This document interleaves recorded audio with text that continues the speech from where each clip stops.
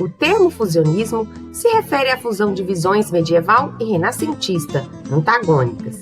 Essa fusão se traduz na pintura pela mistura entre luz e sombra, na música pela combinação de sons e na literatura pela associação entre racional e o irracional, entre a razão e a fé. No Barroco, um olhar mais pessimista para o mundo sobressai nas obras de arte. A vida terrena é caracterizada por traços que sugerem tristeza e sofrimento, para representá-la como oposta à felicidade da vida celestial.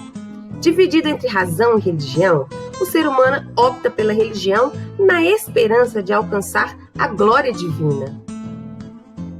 O artista barroco é minucioso na composição dos detalhes e manifesta o gosto pela ornamentação excessiva, que revela o desejo de criar um discurso para convencer o público da glória de Deus. A utilização de uma linguagem trabalhada, cheia de imagens e de figuras, procura dar à literatura a riqueza visual da pintura e da escultura. Isso faz com que os jogos de palavras e as figuras de linguagem sejam muito explorados nos textos desse período. O artista barroco deseja criar sensação de movimento, que representa a instabilidade do período. As linhas curvas utilizadas na pintura opõem-se claramente às retas que orientavam a arte renascentista. Os traços hiperrealistas dão às obras de arte o caráter mais exagerado, teatral, destinado a chocar o observador. Vários textos abordam a fragilidade da vida humana, a fugacidade do tempo, as contradições do amor e a crítica à vaidade, já que a beleza é sempre destruída pela passagem do tempo. O desejo de produzir textos muito elaborados faz com que a escolha dos temas tenha menos importância do que o trabalho com a linguagem. Na linguagem, a agudeza é a capacidade de dizer algo de modo imprevisto e inteligente. Os poetas se esforçaram para criar metáforas, analogias e imagens que pudessem ser vistas como agudezas. E como todo o trabalho literário do Barroco está centrado no uso elaborado dos recursos da linguagem, os autores do período exploram várias figuras de linguagem e jogos de palavras. Ao lado da metáfora, encontramos as antíteses, os paradoxos e as hipérboles.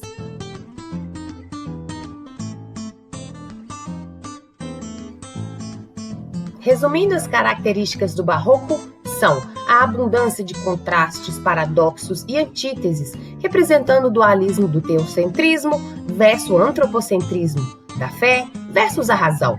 O predomínio de figuras de linguagem, como a metáfora, a antítese, o paradoxo, a hipérbole. O gosto exagerado pelo rebuscamento da linguagem. A riqueza de detalhes, sobretudo nas obras arquitetônicas. O dramatismo, esculturas e pinturas com a intenção de despertar as emoções em quem as vê. O feísmo, gosto pelo grotesco e pela exibição da miséria humana.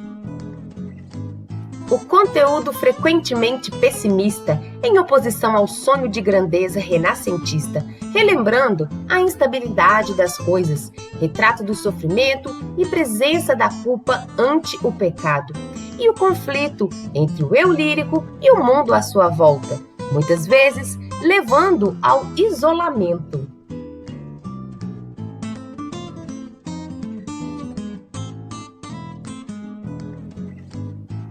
Os mestres do Barroco, Luís de Góngora e Francisco Quevedo, definiram com suas obras as duas correntes da estética barroca. Góngora se distinguiu pela capacidade de explorar os recursos da linguagem para criar metáforas extraordinárias, combinadas a descrições exuberantes e alusões mitológicas. Quevedo, por sua vez, ganhou fama pela profundidade de suas reflexões e pela complexidade conceitual das imagens. Predominante na poesia, o cultismo, também chamado de gongorismo, em homenagem a Luís de Góngora, caracteriza-se pela elaboração muito rebuscada da linguagem. Os poetas utilizam 3 artifícios: jogos de palavras, como os trocadilhos, a antonímia e outros, os jogos de imagem, com as figuras de linguagem, e os jogos de construção, com a estrutura sintática mais elaborada. Predominante nos textos em prosa, o conceptismo, também chamado de quevedismo, em homenagem a Francisco de Quevedo, em lugar de investir no rebuscamento linguístico, procura seduzir o leitor pela construção intelectual, valorizando o conteúdo, a essência da significação. Chamou-se de conceptismo, pois predominam o trabalho com conceito, muito mais do que com a imagem ou a metáfora.